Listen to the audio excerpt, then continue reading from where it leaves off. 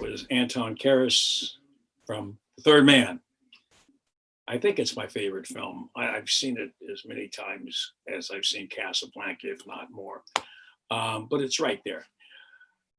So today we are going to get away from the normal heavy political material and get into my old life, which is comedy. And we're going to continue the comedy series. We've done Rick Overton, we've done Paul Provenza, we've done Dan Vitale, and then of course my mentor, one of my mentors in that is Pete Barbuti. And today, a guy who I worked with back in the 80s and been around as long as I have in the comedy business, J.J. Wall. J.J. Wall is a great comic, Emmy Award-winning writer for television, of course, Emmy out in California, and a lot of fun, man. We're gonna have a great time. We're just gonna chit chat here, J.J. and I, and talk a little bit about his wife. Marilyn, who I've known as long as him, who's a great singer, who I work with at Catch a Rising Star in New York, where I work with JJ, and also his daughter, who is a very successful television producer right now. All right, so, and his dog, Lola. All right, so let's just get right into it. We're going to play a little bit of Louis Armstrong. This is Blueberry Hill, and we'll be right back with my dear friend, very, very successful comedian, J.J. Wall. I found my thrill on Blueberry Hill, on Blueberry Hill. When I found you, the moon stood still on Blueberry Hill, and it wasn't until my dream come true.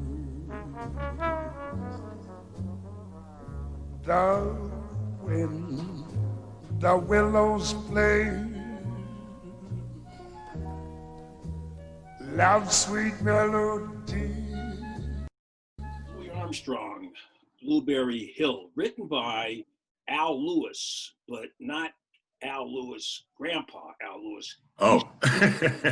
We used to say, folks, that Al Lewis was Grandpa was the composer of Blueberry Hill. It was a totally different Al Lewis, but he'd say that. No one ever, checked him on it. But that was way back when we did our radio show at WBAI in the late 90s. What a great guy, Al Lewis, Grandpa Munster, one of a kind. We are joined now by, as I already gave him the big build-up, my old pal. We continue our series on old friends of mine in comedy and influences. And we had Pete Barbuti, the big influence on me, and now one of my contemporaries again, and that is J.J. Wall. Hey, J.J., it's great to have you part of this comedy series. It's great to be a part of it, and I share your enthusiasm for Pete Barbuti too. So, well, when I do part 2 with him, perhaps you and I could interview him together, because I'm sure you'd have some questions to well, I used to watch him on the Tonight Show all the time, and just the trumpeting and comedy was such a unique combo. Right. Now, this is before you got into comedy yourself. Did you watch Barbuti back then? Oh yeah, my father was an Ed Sullivan, Johnny Carson aficionado, so we used to watch all those shows. But what you look at Pete Barbuti, what made him so unique? This is really about you, but since we're on the subject, what made him so unique? And the guy never made it big, but he right. was what we call a comics comic. Absolutely. I think he did things that nobody else did.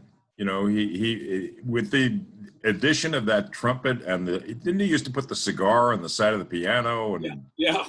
yeah, he did stuff that nobody else did. Nobody else had the nerve to do. Right. Well, he also was very versatile. You know who discovered him was Steve Allen. He and Steve Allen were. Really, Steve Allen is undercredited that way. Yeah. I mean, discovering people. Yeah. Yeah, I think he suffered from what was it, Jane Meadows that he was married to? Yes. Yeah, I think he suffered from her. By the way, JJ, I know you were a very literate guy.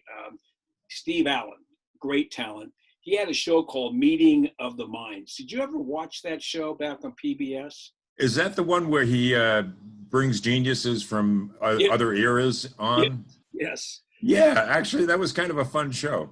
Yeah, that was the original Politically Incorrect. He took five different Marie Antoinette, Frederick Douglass, Enrique Fermi, and put them all together.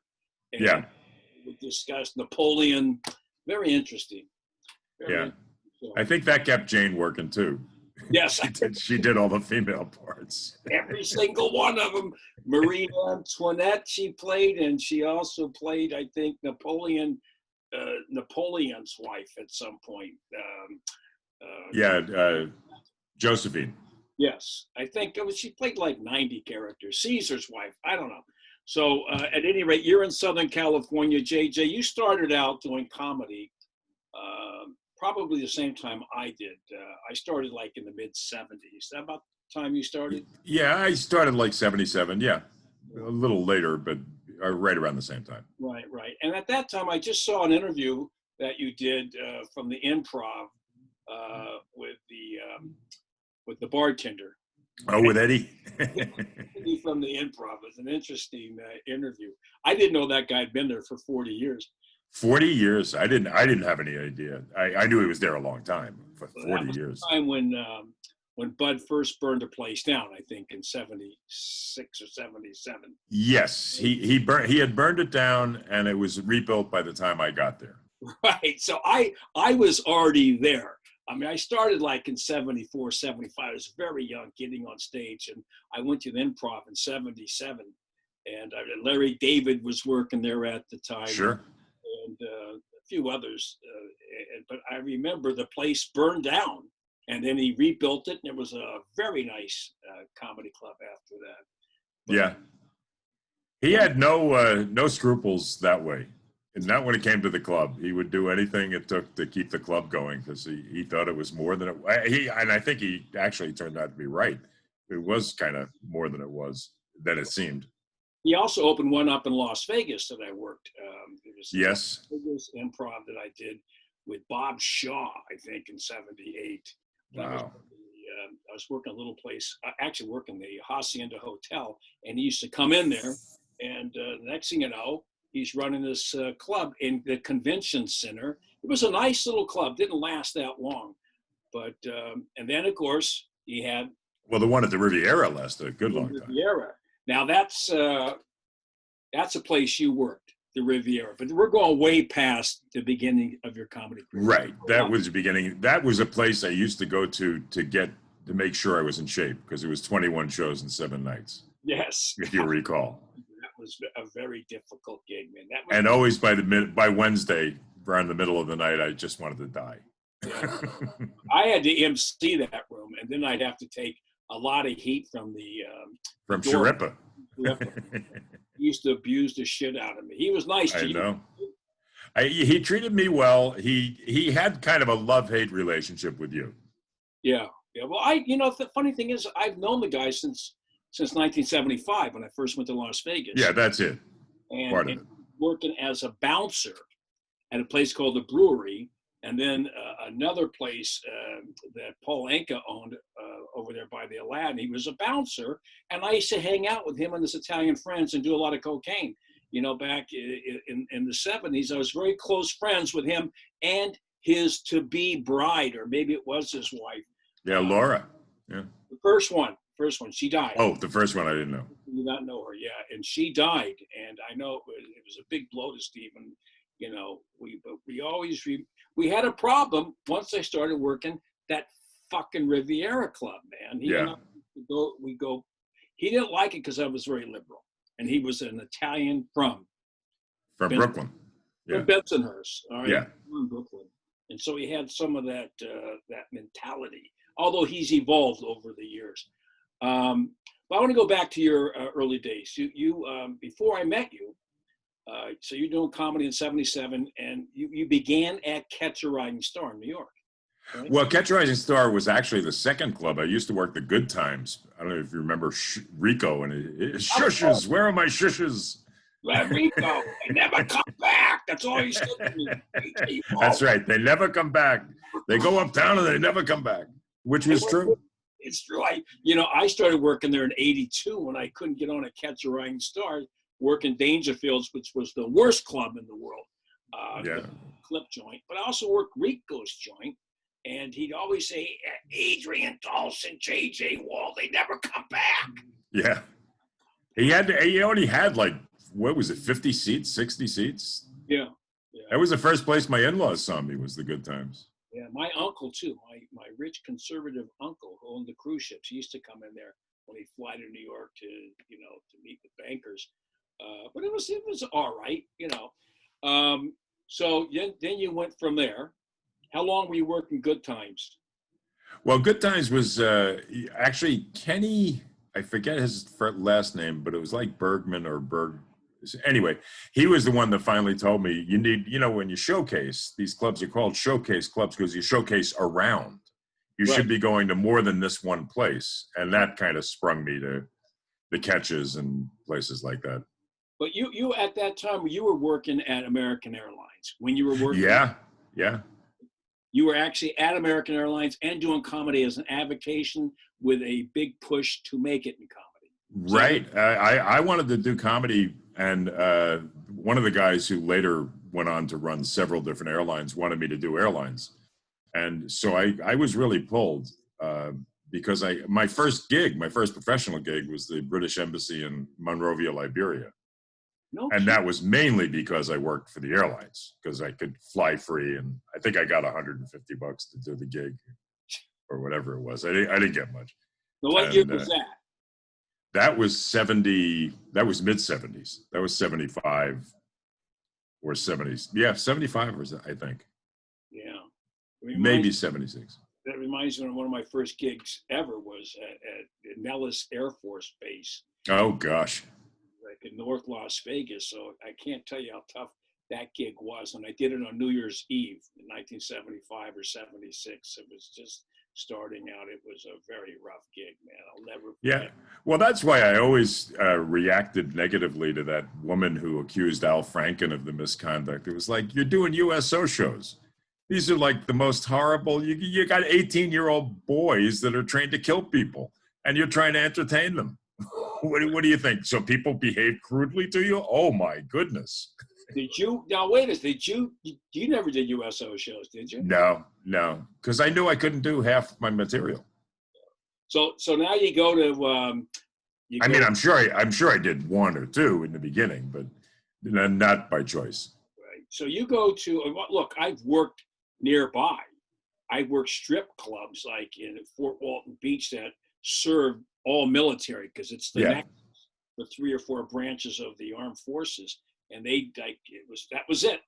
That was like a room for 200 or 300 people, and I didn't want to get into that story where I almost got killed working there. My big mouth. It was right after the invasion of Grenada, and I said something bad about Reagan. Some guy charged me, and terrible. Florida was a bad place for me back in the '80s. So you do this. You do Catch a Rising Star, and as an act, and then you end up as an MC. How did you transform from one to being an MC? Well, it was really the nexus of power at Catch a Rising Star. The MCs ran the shows and booked the shows and everything else. So it was obviously the position you'd want to be in if you wanted to do that kind of thing. And Adrian Tolsch was a big help. I mean, she really helped me. And I think I was in competition with the late Michael Caine. Right. And Bill Maher was already an MC there. And Adrian and Kelly Rogers, I think, were the 3 MCs. And David Say was on his way to working the road. He was moving. I think that was the opening I took. And Mike Egan later on. Was that it? Later on was Mike Egan, yeah. What He about was also through Adrian. what about Belzer? Was Belzer the Belzer was before. Belzer was already established. He was also moving on. So what year did you start emceeing there? I probably started emceeing in 79. Yeah, 79 or 80. And so let me ask you, every comic in the world kissed your ass to get a good spot. Yeah, there was a little too much of that. And we really kind of, I mean, I certainly went with the funny. I still do, much to my detriment, I think. If I think something's funny, I go with it. If I don't, I don't. You know, it's really funny, JJ. You mentioned some of these 3 or 4 of those MCs I used to party with, and I mean not just drinking, but Yeah.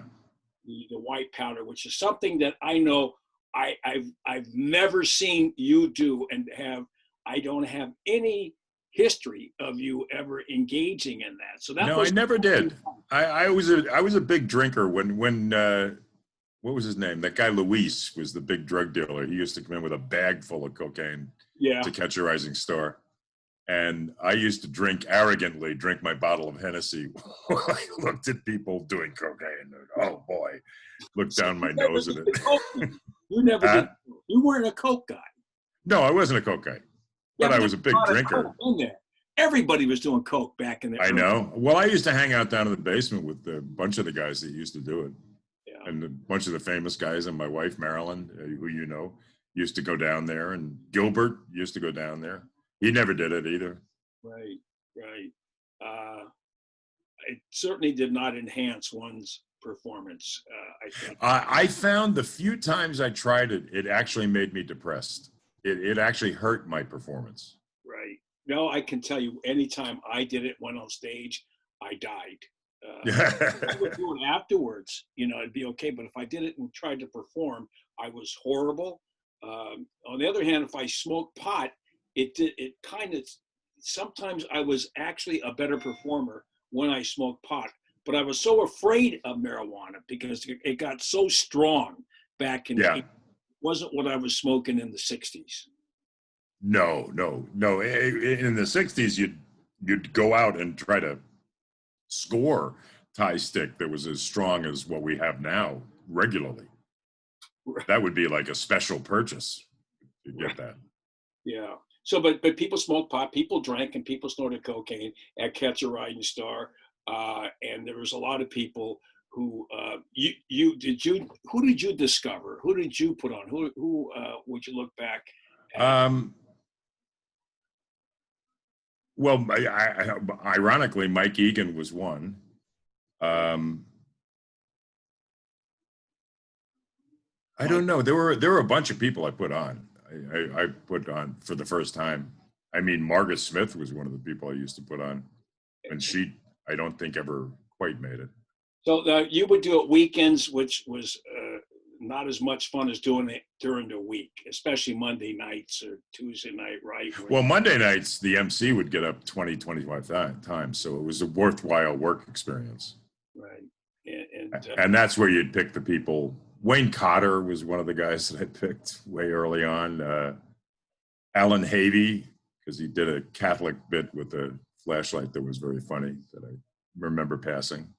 And so you passed them. It was up to you. You would pass these people. Yeah, pretty much. A Catch until they changed the whole deal, and then they ended up with a ventriloquist emceeing one night, and that was pretty much the end of it for me. I mean, by my choice. I was like, "You really? A ventriloquist is emceeing?" So now, as an MC, you have to work on an act, right? I mean, you're actually yes. You move on. As an MC, you really can't do like a 7-minute routine, or do you do that? Well, back then I did, because or all of the MCs did, because we were running the place and we could do whatever we wanted. But it really reflected the pacing of the show. I mean, we really did it for the benefit of the show. Any audience that was in when any one of us regular MCs was doing the job benefited from it.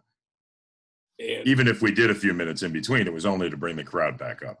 So, but I'm saying for yourself, people are at Catch a Rising Star, myself included. In 1984, I forgot who the MC was, but it was a night that that I think maybe Mike Egan was the MC. That Jim Uh-huh. Foley came in. It was the one time early on in '84 where he was looking for people to do the Tonight Show, and I was the last person on that Ah, particular night.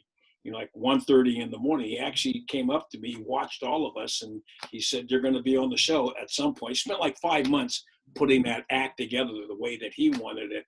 Uh, and so, what year did you do the Tonight Show? I didn't finally do it till '89. You didn't do it till '89. Well, I got on Yeah, before you. you did. Yes, I was on the night that the Berlin Wall came down because I remember the show was 20 minutes late, and I knew that I had turned into a showbiz pinhead because I gave a shit that the show was late. And in fact, the Berlin Wall was coming down. There was much more significant things going on than my little Tonight Show shot.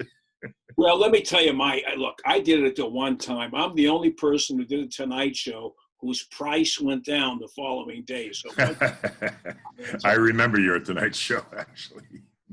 you know, he was not very happy with me. That's all I know. Even though I looked at it, I got a lot of applause, but there's something about it that was very bizarre. So, '89, you did it. You had already moved out to LA by this time, Yes, right? by that time I had moved out. We moved out here in '85. '85. I remember you and your lovely wife, Marilyn, who I met at Catch a Rising Star. She was Sure. one of the singers there, and she used to sing my favorite song from I forgot the name of the movie, but it's the one with the man that got away. It's the one that Oh, sure. The Judy Garland movie? yes, Yes. Judy Garland. Everyone's done that. A Star Is Born.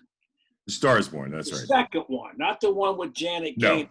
The No, second. the Judy Garland and Frederick March one, I think. No. Or Norman, what's his name? Mason. James Mason. James Mason, yeah. Frederick March was in the first one. That's right. That's right.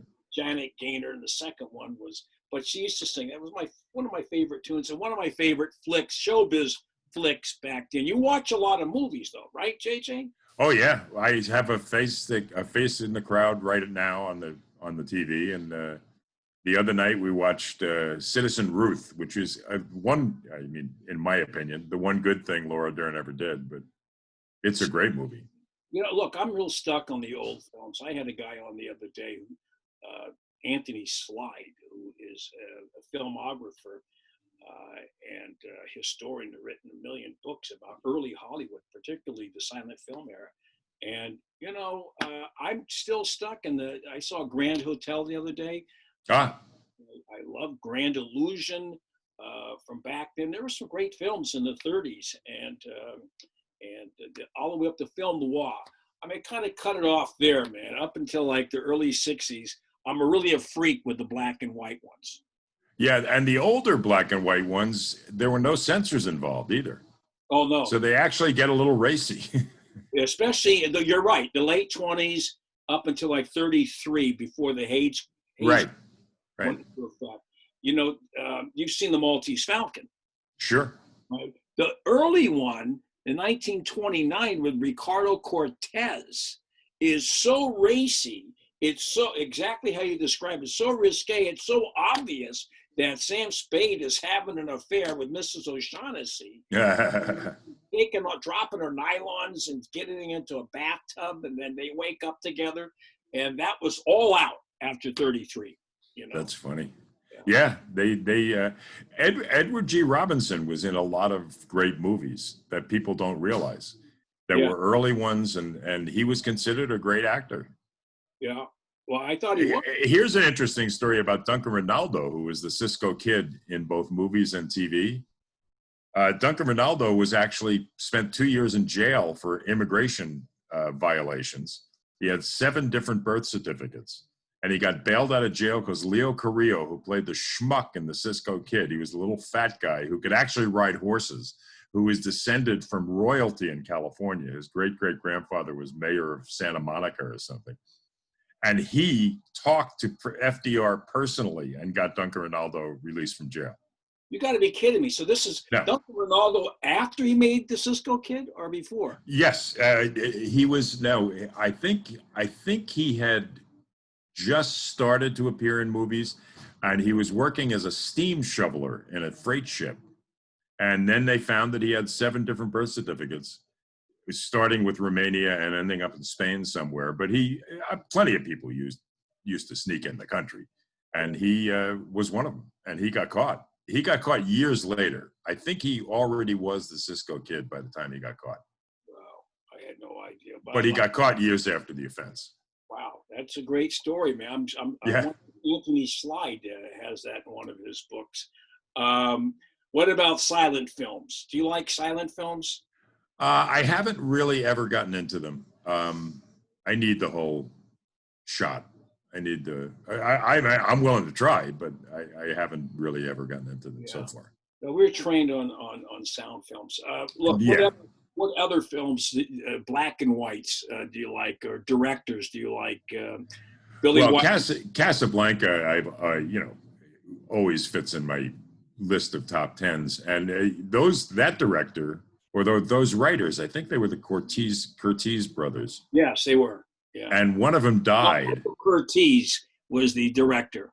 Okay, then the Epstein brothers. Yes, were the writers. And for years afterwards, I think it was one of the Warner brothers would come by after one of the brothers died, one of the Epstein brothers died, and say, "Hello, boys," for years. Right, really? Wow. They lived on the Upper East Side, by the way, by Catch a Rising Star. Did you know? I didn't know that. Yeah. I just found out last week Buddy Mantilla lived across the street from Catch a Rising Star. I didn't know that. Yeah, well, yes. You didn't know that? Well, I lived on 78th Street around the corner. I remember the old. I remember the place up on 105th Street where someone who was famous flew a fur coat out. But after I got out of there, I moved to 78th Street. But you're right. Okay. I lived on 106th Street. That's what it was. And that's where I was there. Huh? I was there at one point. Yeah, that's where the fur coat. Yep. One Joey Heatherton came flying in. He got picked off in midair it was stolen before it hit the ground, right? Absolutely. It was freezing back then. It was before there was global warming, and it was snowing, and it was like 85. Thanksgiving came flying out that window, man. I don't want to get into that story, but we go way back. The worst thing about that, JJ, I was coming down from that place down to Catch a Rising Star with Flip Connell, and you were there still at that time. And I went down I wanted to show you this photo that I had of me and Louis Armstrong sitting on Louis's lap at the Royal Tahitian, where my dad was a manager back in the 50s, 60s, where I saw Bobby Darin, and this great picture. I went down there, and the picture blew out the window. No. Yeah, it was a Polaroid, and I was going to go show off that I was with Louis Armstrong, and I just found this Polaroid, and it flew out the cab, and Buddy Mantilla used to call me the Bermuda Triangle. Anything that got in. So how old is Buddy now, by the way? He's got to be, he's older than me, so he's got to be, I don't know, 80? He looks. He was around a long time before I was. Yeah, when you went to Catch a Rising Star. So him and Marvin Braverman and Bobby. Yeah. I saw Marvin with you. Last time I think I saw you was at Mike Reynolds Sure. The Mike Reynolds Memorial. Right. At the newly at the Improv. Yeah. It was built after the fire that Bud started. That's right. It's a classic story of a shitty building that suddenly catches on fire, and then the insurance builds a new one. Right? Yeah, and then Bud somehow, I forget, but somehow he swindled his new partner out of some of that money or something. Yeah. But there's a reason his partner didn't like him for years. He's a good, and he's still around, right? Bud is still around. Oh yeah, I think he's still kicking. Yeah, I see. He's got to be close to 90. Yeah, he is. I speak to Zoe, his daughter, once in a while. That was a good club too, JJ. Did you work the Improv? The one on 44th and 9th was a great club. Yeah. I mainly did Catch, but I also did there. And it's always been a source of amazement to me that Silver was able to make that place go broke. It was You don't pay any of the acts anything. You charge money for, food and drink. How could you possibly go broke with this place? They did though, right? Somehow. Oh they- yeah, it turned into a Chinese restaurant or something. Yeah. Well, you worked there. You worked Catch a Rising Star. What? So you back in the '80s. What were the worst clubs to work? Would it be the Comic Strip or Dangerfields? Well, Dangerfields during prom season was horrible. Yeah. Was horrible. Plus, he would come up in between shows to try to pick up the young girls, and he would be wearing his robe, and one testicle would be hanging out. It was horrible. Yeah. And in terms of clubs, any of the Jersey clubs were terrible. Well, did you? Well, you and I worked the road a few times together. Yeah, $55 a night.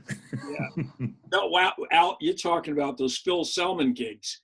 Well, Palazzos and Jerry Stanley and Phil Selman. Yeah, all of them. All of those ones in Jersey were difficult, man. Yeah.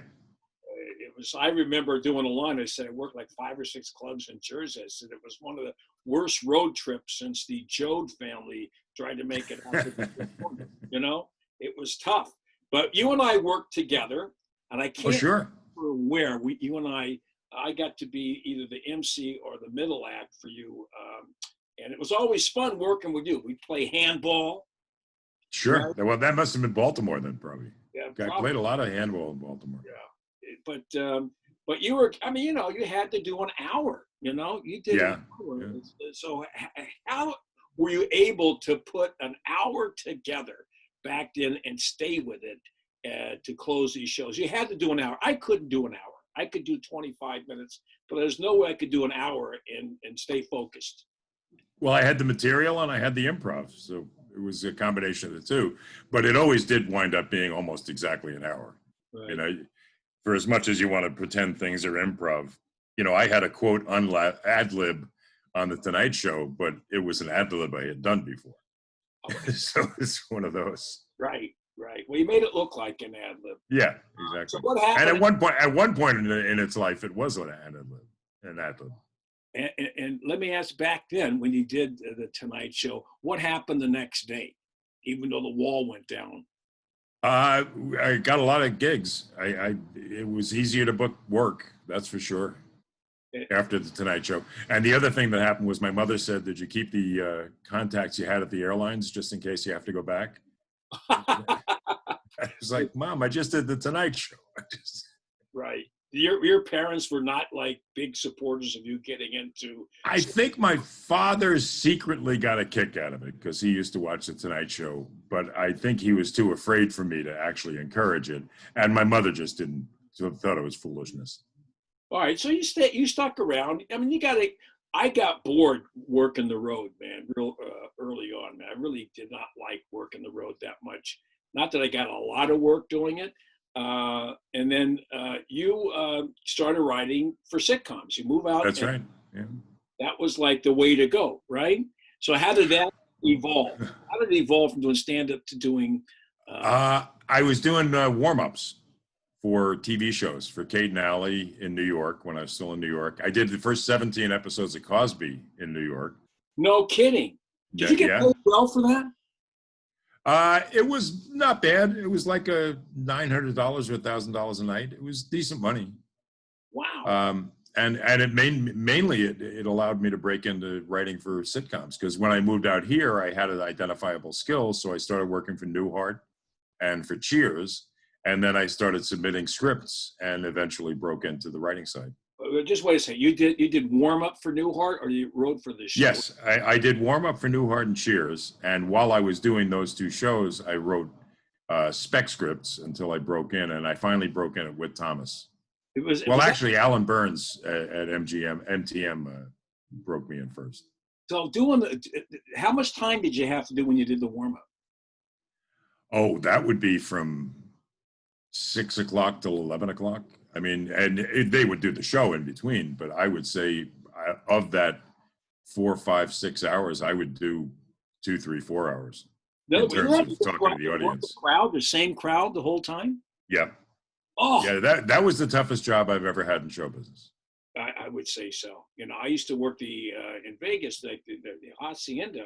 You do 5 shows in the open lounge, and that was really difficult, right? But I can't imagine doing it in front of a live audience when everyone wants to see the show. Yeah. Right? They want to They see. all want to see something else. So you're up there. It's like opening up in a strip joint, and they're waiting for the lead dancer. Yeah, it's pretty much like that, except it's a little bit more cleaned up. But yeah, basically it's that. It takes a lot, a lot of stamina to do that. So you did that. You did Newhart, you did Cheers, and you did the Cosby, and then you write some scripts. Right? Yeah. And then the first gigs I got were on Blossom, actually. The first regular gig I got was on Blossom. As a writer? Yeah, as a writer, with Mayim Bialik was the star. She was wonderful. Yeah. And Don Rio, who was the boss on that show, was terrific and a great guy to have as your first boss. Yeah, you hear a lot about Don Rio, back then. I forgot who it was, but I remember the name Don Rio everywhere. Yeah, probably Jimmy Vallely and Jonathan Schmuck and me. Any of the guys you would have known from New York. And then you go from there to Grace Under Fire. Is that it? Yes. Grace Under Fire I left with Thomas for Grace Under Fire because it was Carsey Werner and it was one of the top 10 shows on TV. But she was not well. I know. Listen, I went and saw one of the tapings there. All right. Yeah. In '93, I was staying in Studio City at Rich Scheidner's house. Uh-huh. And I went in with my friend who you met, Carl Ginsberg. Remember Carl Ginsberg? Sure. I went in there with his parents that were like 80 years old. They picked me up, and I went over there. We watched a taping over there in Studio City, and when they dropped me off hours later, and we got robbed. There were like 3 guys with a gun in front. Oh no! And they took everything, including my passport. But funny thing is, these guys were smart enough to throw the passport down. You know what I mean? And not be caught with somebody else's passport, which I found the next day with the $500 in 5 single $100 bills inside the passport. They just wow. So, and then they found somebody's. But that was like after watching Grace Under Fire. It brought me some bad luck. But so that lasted how long? Grace Under Fire. I think I was on that show for 3 years, and then then Tom Arnold hired me to do a show for him, and I think I lasted the longest of any Tom Arnold showrunner. Wait a second. What show was that? It was called The Tom Show. Okay. And we lasted 20 episodes. And you never did Roseanne. You did. No, I didn't do Roseanne. Roseanne came out while I was doing Grace Under Fire one time and said, "Hey, you! Oh, you're not one of mine." Let me go. Yeah. So because our offices were right upstairs. How did you get along with Brett Butler, by the way? I got along okay until the end when she was really losing it. She almost ran me over with a car one time in the parking lot, and then at the end, she wasn't well. What happened there, JJ? She was number 1. I know. Number 1. It just went to her head. It's a classic case. Well, it didn't go to her head is what happened, I think. Because I used to see her at the end of the season. I used to say, this is what we've dreamed about. This is good. This is not bad. But she had a husband who was just using her for money. She wasn't well mentally. And it wasn't, I think it didn't go to her head. I think she lost her mind. I don't know, because she was a dear friend of mine back in improv, back in the, Catch a Rising Star, back in the 80s. Oh, Brett Butler, I'm going to be out there. My managers are going to be talking to me. I'm going to be doing my show with Carson. But, I always got along with her great. And then she went on to do this show, and it like exploded. You were number 1 for a long time. Yeah. Yeah, we were always in the top 10, usually in the top 7, and often number 1. And she was doing all these TV shows. Saw her on Letterman, Tonight Show. Yeah. It was the top of her game. And then Kenny, of course, was just exploiting her for the dough. Is that? That's what I think. That was my interpretation. And then she got into drugs, and I'm not telling any tales out of school. This is all stuff she's spoken about. Well, it happens to a lot of us. You know what I mean? Take a look at all these silent film stars that got into drugs in the 20s. Yeah. I who I just had on, talked about all of these people at the top of their game. Yeah, I didn't know cocaine was such a big deal in the 20s in Hollywood, but it turns out it was. Yeah, because it wasn't illegal. It was technically kind of winked at. Yeah. Remember, there was a while cocaine was in soda. Yes, there was. And I'm sure back then it was actually good. When I was doing it, it was like half cocaine and half, chalk from a pool, Yeah. or it was whatever. It got worse and worse. So that's great. You do this, and after that's done, you do other shows. What happens? Where does JJ go from there? I did a Tom show, and I did a show called The Army Show. And then I guess I must have just kind of hooked up with different TV shows. I did what the heck did I do? I did it Till Death. There was a Brad Garrett show. I just bounced around for a little while after that and tried. What about stand-up, though? Did you continue doing stand-up? I didn't. No, I stopped doing stand-up. I did stand-up again in Vegas, ironically, a couple of years after I quit. In fact, the year that I think the Colts won the Super Bowl, the Colts played the Bears. That was the last time I did stand-up. I remember the Colts losing to the Jets in '69. Oh, yeah. I'll never forget that. But I was working a regular job then. Okay, but all right, wait a second. Now, this is we're talking about when the Colts beat the Bears. I don't even remember what year that was. It was like 2003 or something, somewhere in there. Who was their quarterback back then? Burt Jones? No. I don't even remember. Johnny Unitas. No. No. It was before. It was after. It was like a Peyton Manning. It was that era, kind of. Yeah, that was Indianapolis Colts, wasn't the Baltimore Colts anymore. Right. Exactly. So now you're out there. Where's your wife, by the way? I was hoping I'd see her on the camera. She's over here, but she's in her Sunday morning. Today is her birthday. Oh, hi, Randy. Hello. We were just talking. My favorite version of The Man That Got Away. I used to see Marilyn sing at Catch a Rising Star. Randy was just saying that his favorite version of Man That Got Away was yours at Catch a Rising Star. Randy has always had the most wonderful taste. She feels you have the most wonderful taste. Yeah. So now I remember you when you first moved out there. You had a young kid by the name of Daisy. Daisy Wall, yes. Daisy Wall. Now she's like where you and I, age-wise, when I first met you, right? Probably, yeah. Probably around the same age. She just started I shouldn't say just started because it was months ago now, but she's vice president of a Canadian English firm, which I told her is actually, in this day and age, a very good thing. Yeah. But she's doing short form children's animation, and she's in charge of it. And they invested a bunch of money in animation, so it's ongoing. She's making good money, and she's getting stock options and the thing. So. Well, wait. When did she get into? Did she get into comedy when she was young? Not really. She was a classical pianist, and that's what she went to college on. And then she came home one year in college and said, I don't want to spend my life alone in a room with a piano, which is really, when you think of it, what concert pianists do. Right. You know, they're always solo. They're always practicing, and they work very hard. They deserve everything they've got. Yeah. But she decided she'd rather go into comedy. She tried stand-up. She worked at Letterman for a little while. She was in New York. And she did improv, and then when she came back out here, she started doing this stuff, and it's really caught on. I think we're all going to work for her eventually. Yeah, well, please throw my name into the. I definitely will. The hat there.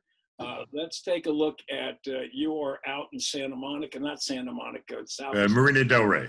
Marina Del Rey. I know I've been out there. It's a beautiful area, close to the beach, and you have a dog. And I'm a dog lover. Yeah, you know that because of Roger Stone, your favorite political consultant. What did you think, JJ, when my dog became like kind of a folk hero? That dog. I thought I've always thought Roger Stone was kind of insane, but this turned him into. What the hell is going on here? You're out of your mind, pal. and he's just a trickster. And the fact that he went after your dog, to me, is further proof of his insanity. Yeah. I mean, look, it must have been like, what the fuck has Credico got himself into right now? Yes, there was definitely some of that. You know, but I wish that when I go back out there for my sister's memorial, that I'm going to bring Bianca along, because I know you have a dog, a beautiful dog. And Daisy, the daughter, just adopted a new puppy. Yeah. We're going to meet. The dogs are going to meet later today. Yeah. Well, what's the name of your dog? Our dog is named Lola. Lola's a great dog. How old is Lola? She's 14 and a half years old now. The same age as Bianca. Yeah, she acts like a puppy though. So yeah, she was nice with me, and it was nice to take her out. Can you walk her on the beach out there, or is that prohibited? With yeah, it's prohibited, but I have a service dog thing for her, so I can walk her on the beach if I want. Well, then you could take her inside the grand jury in case you testify against Roger Stone. That's good to know. So, but the beach is kind of closed off right now because of the explosion of Corona out there. It's open. You're supposed to, social distance and wear masks and stuff like that. Fortunately, we're down on a part of the beach that doesn't get much play, so it's usually empty anyway. Yeah. So, but how bad between that and the fires at JJ? I mean, look, I'm 3,000 miles away up in the woods. I'm up in the Catskills. So I don't know. I don't even know what's going on in New York City. And so I don't know what's going on out where I grew up, Pomona, California. There's 35 miles away. What is it like out there right now? Driving? Well, we've been lucky because we're out by the water. We're surrounded on three sides by water. So the fires haven't affected us at all. The thing that affects us is earthquakes. And fortunately, we've been lucky that way. But the coronavirus is real. They closed the beaches, and the pier, Santa Monica Pier, is closed. Well, it's open. You can walk on it, but none of the rides are running, and none of the restaurants are open. And they've done a whole lot. And in New York City, they've done the same thing.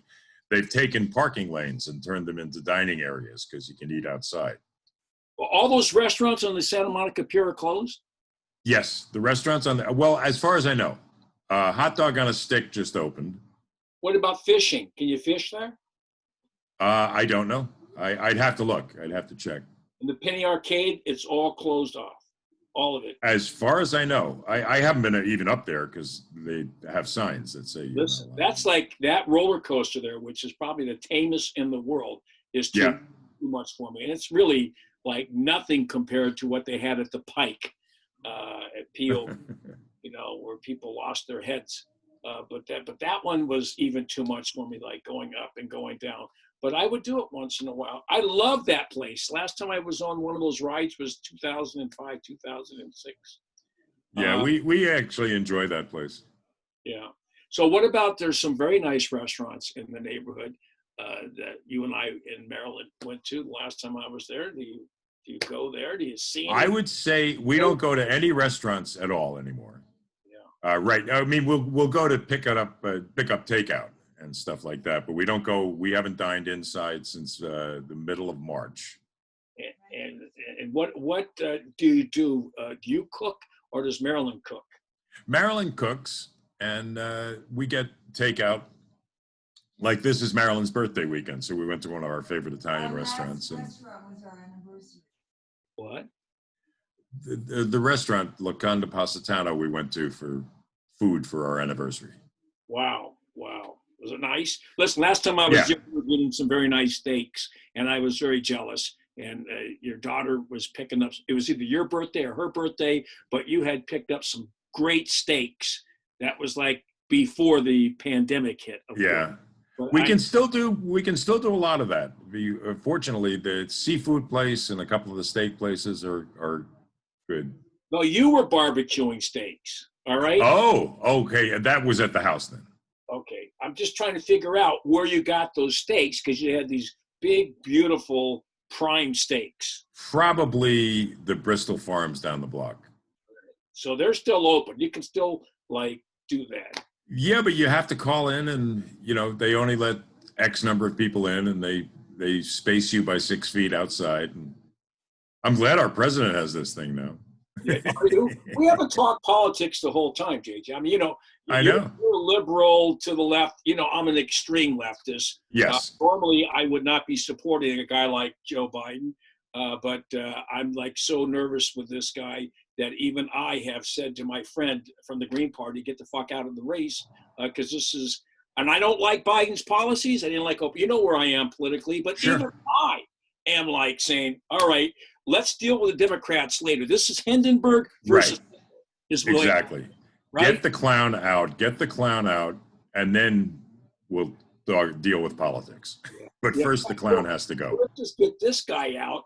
And what do you think about this new justice that's going to come in? I mean, this is where you cement the power, isn't it?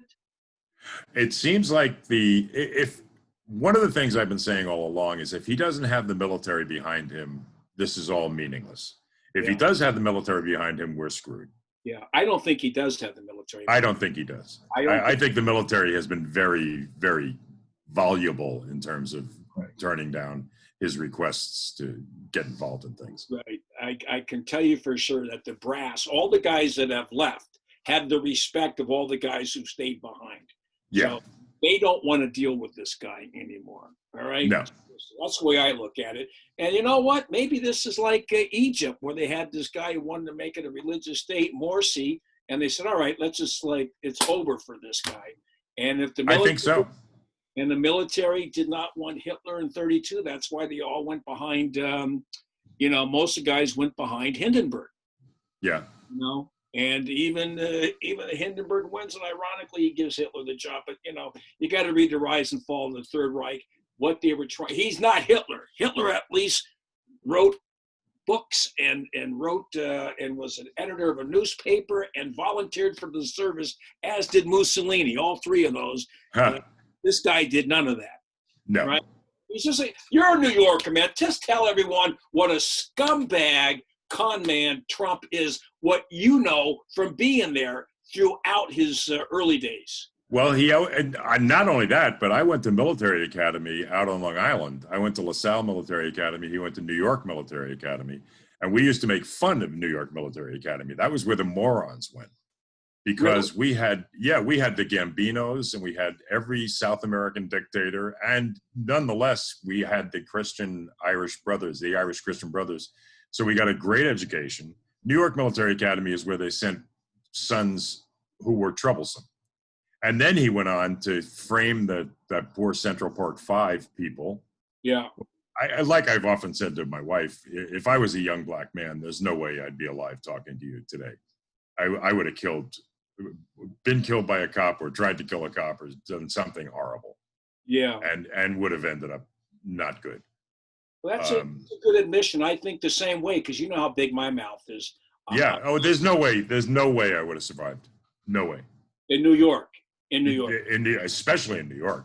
And I never liked cops to begin with. My father was a fireman, so I was born with a prejudice against cops. Yeah. Firemen are great. Firemen are not like, they really, I think that's what they should do to solve a lot of the problems. I think they should switch the application forms. Everybody who applies to be a fireman has to be a cop, and everybody who applies to be a cop has to be a fireman. I think that would overnight solve a lot of the problems. It'd be nice if the firemen were deployed whenever there was like one of these intensive situations, that they let the firemen go in. Like I remember when. Well, they certainly need professional mental health people. Have to be added into the mix. And if that's firemen, that's firemen. I know it's firemen that we lost 300 on 9/11. They always were there, man. On every, I got nothing but respect for firemen. Unfortunately, a lot of people become cops for all the wrong reasons. Yeah, these are the school bullies. The high school bullies become cops. And the guys who become, it's kind of a tradition to be a fireman, right? Yeah. Yeah. Oh, yeah. You kind of dedicate yourself. It's in your blood, and you know how to do it. And you got to have the best guys for that, because you are saving lives. But let's get back to Trump. Dangerous guy. He's a dangerous guy, and I wish that everybody hold their nose. If you don't like Biden, we can deal with him later. but we have to get rid of this dangerous clown. Absolutely. And he was never even a good businessman. All those buildings on the Hudson River that had his name on them, just had his name on them. He didn't own any of them. He had his name on 30 different buildings. Didn't he come in to Catch a Rising Star occasionally? I wouldn't be surprised. Yeah, I would imagine so. He was friends with Rick Fields because Rick Fields managed Marlon Maple. So I saw him in there, but the guy had no sense of humor. You never saw the guy. No. Either did Rich Fields, for that matter. You're right. Fields never laughed. No wonder they got along. So you take a look at these guys. Trump and Fields never laughed. So he was a tough guy. But he made a lot of money, Fields, once he got out of Catch a Rising Star. Yeah, he hooked up with some big Indian Gaming made a fortune. Hundreds of millions of dollars. So this capped this, we may as well. You're going to be voting by mail, or are you going to actually show up? We're going to show up probably early, but we're going to show up and put our votes in for Biden. I even voted for Hillary last time, and I wasn't thrilled about that, but I wouldn't vote for Trump. Look, you probably were more aware. I didn't think Trump was going to win. I live in New York, so I wasn't going to. And of course, Hillary won by a zillion votes. I don't know what I would have done if I was in Wisconsin. I don't know. But I know I'm in New York, and I'm voting for Biden. All right. I'm voting, and I don't like his policies on any level, 99%. All right. And as soon as he gets in, I'm going to be going after him. All right. The same way, it was Hindenburg versus Hitler, and Hindenburg ran as an independent. He did not run as a Christian Democrat, Catholic center, a social democrat. He just ran as an independent. You know that, right? And so that's why he won by 6 million votes against Hitler. All right. Anything else? Any new business? Any old business? Is Groucho? No, just hanging in there, hoping this passes and hoping we get back to some semblance of normalcy. Yeah. But like I said, we're very fortunate. We're surrounded by 3 sides by water. I got the car with the top that goes down, so we take a ride once a day, and the dog is wonderful. One of those cars, man. When you and I went to a Dodger game in '86 or '87. Oh yeah. What was it? A Chrysler, a LaSalle? What was it? Probably a Chrysler LeSabre. Yeah. Yes, I remember that beautiful. I think it was gold. No, it was maroon, but it was a great color. It was a great car. I remember went to the Dodger game and sat in the box. All right. Yep. Cage, man. I think we had my uncle's seats for that one. Yeah. Yes, you definitely did. But it was a lot of fun. And look, I could talk to you all day long. Now you don't have to come out, because usually we last for about an hour and a half together, and then you have to lead me to the highway to get to Pomona, California. Go this way, that way, this way. I got lost there with your directions the last time. All right, really? Okay, well, look, there's a lot of stuff we didn't cover. We'll have to do this again sometime. Let's do this again. All right, definitely. Okay. Thanks very much. And next time I'll make sure that I'm gussied up for. Look, you look fine. Seriously, I got to put Okay. village behind me. It looks like a bookcase, but it's like just a couple of things that I put together. Oh, that's funny. I'm up in Woodstock, man. Not Woodstock, but within 100-mile range of Woodstock. Nobody knows good. where I am. All right. JJ Wall, give my best to Marilyn and to Daisy and to, of course, Lola. Thank you very much, and say hello to what's the dog's name again? Kara? You can't remember Bianca's name. She's going to be Bianca. All right, JJ Wall. We'll talk soon. What I'm gonna let you choose right now. What kind of music by Louis would you like? Well, we're not doing the Blueberry Hill. We're going to go out with something else by Louis. Well, then let's say I would like to hear his version of Mac the Knife. Then. All right, you got it. All right. Thanks a lot. Talk to you soon. Talk to you soon. Thanks a lot, JJ. My pleasure. We'll be right back, folks, with some closing remarks. Oh, the shark has pretty teeth, dear, and he shows them pretty white.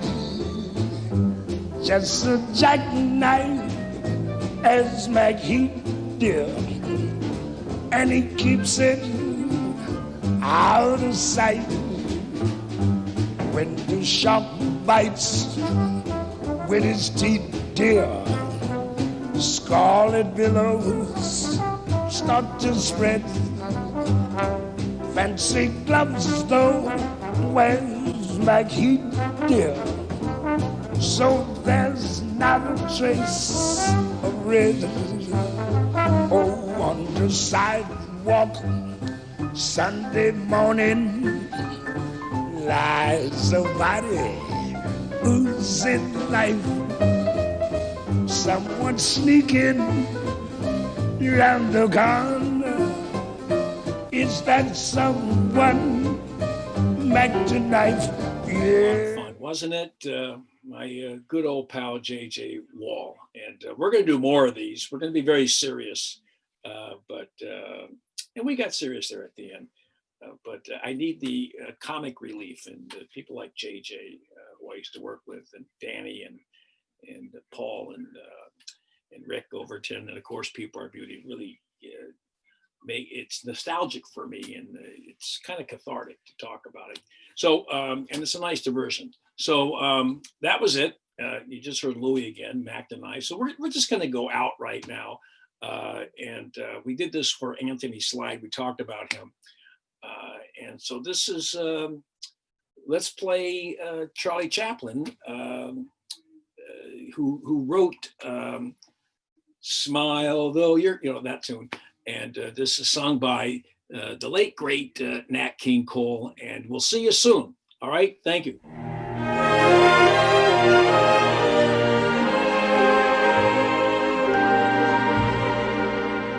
Smile, though your heart is aching. Smile, even though it's breaking. When there are clouds in the sky, you'll get by. If you smile through your fear and sorrow, smile and maybe tomorrow you'll see the sun come shining through for you. Light up your face with gladness, hide every trace of sadness. Although a tear may be ever so near, that's the time you must keep on trying. Smile, what's the use of crying? You'll find that life is still worthwhile if you just smile.